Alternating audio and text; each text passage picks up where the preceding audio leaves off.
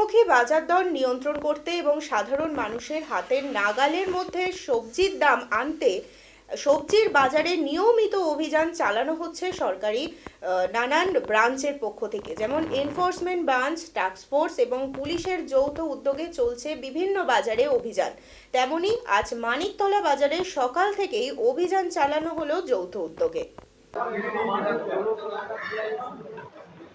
সবাই পেঁয়াজ আসছে বাবু বললে তো বাজারটা পড়ে যায় তখন জিনিসটার দামটা বাড়িয়ে দেয়, আর যখন বাজারটা পড়ে যায় তখন তো কমে না, তখনও সেই 50 টাকা হচ্ছে। এসব করো না, বলছি শোনো, সেটা তোমরা ঠিক করো কি দাম করবে, 45 করো, যা রেট আছে পুরোনো লোক ওরকম করবে না। আদা আদা রসুন বললে না एक 100 रुपया करके 2 जगह कर दे। अरे ठीक है, ये खान ना लेके खावे, कोई असुविधा नहीं। हाँ लेके खावे।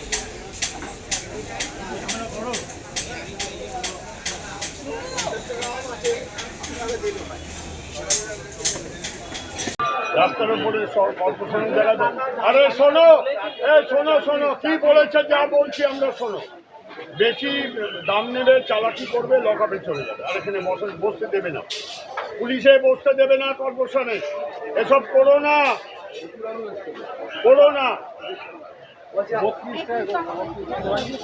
30 টাকায় আনতে হবে, 30 টাকায় আনতে হবে। গেছে সেটা আমাদেরই আন্তরিক প্রচেষ্টায় উঠিয়েছে।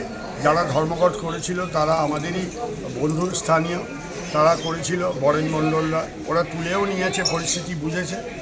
আলুর দাম মানিকতলা বাজারে বর্তমানে এখানে এসেছি, মানিকতলা বাজারে এখন আলুর দাম দেখলাম 32 টাকা, যেটা 35 থেকে 32। আমরা চেষ্টা চলছে এটাকে 30-এর মধ্যে আনা, এটা আশা করছি আর 2-1 দিনের মধ্যে দাম আর একটু কমবে। দাদা একটা বিষয়, সেটা হচ্ছে যে বারবার দেখা গেছে আপনারা আসার আগে আমরা জিজ্ঞেস করেছি বিভিন্ন দোকানে, কখনো 34, কখনো 35 জ্যোতি আলু বলেছে এবং চন্দ্রমুখী বলেছে 40। হঠাৎ করে আপনারা আসার পর দামটা কমে গেল আমার।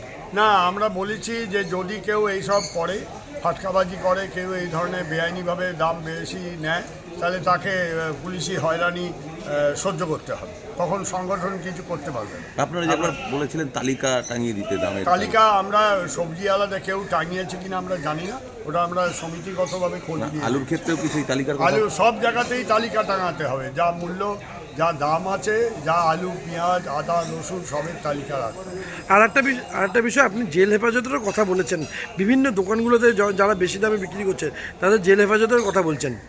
হ্যাঁ নিশ্চয়ই বলছি, এই জন্য কেউ যদি দেশের নিয়ম কানুন, আইন, সরকারি নির্দেশ না মানে, বারবার বলা হচ্ছে, একবার নয় 10 বার, তখন আর কি করতে পারে প্রশাসনের, আর কি করণীয় আছে? এই ধরনের কথা বলতে আমাদের কারোরই ভালো লাগে না, কিন্তু বারবার এসে এই মানিকতলা বাজারে কয়েকদিন আগেও আমরা এসেছি, 7-8 দিন আগে আবার এসেছি আজকে, এই জন্যে যে এখানে এইসব উত্তর কলকাতার একটা অত্যন্ত গুরুত্বপূর্ণ বাজার হচ্ছে মানিকতলা বাজার, সেখানে যাতে এই জিনিস না হয় তার জন্য এই প্রচেষ্টা।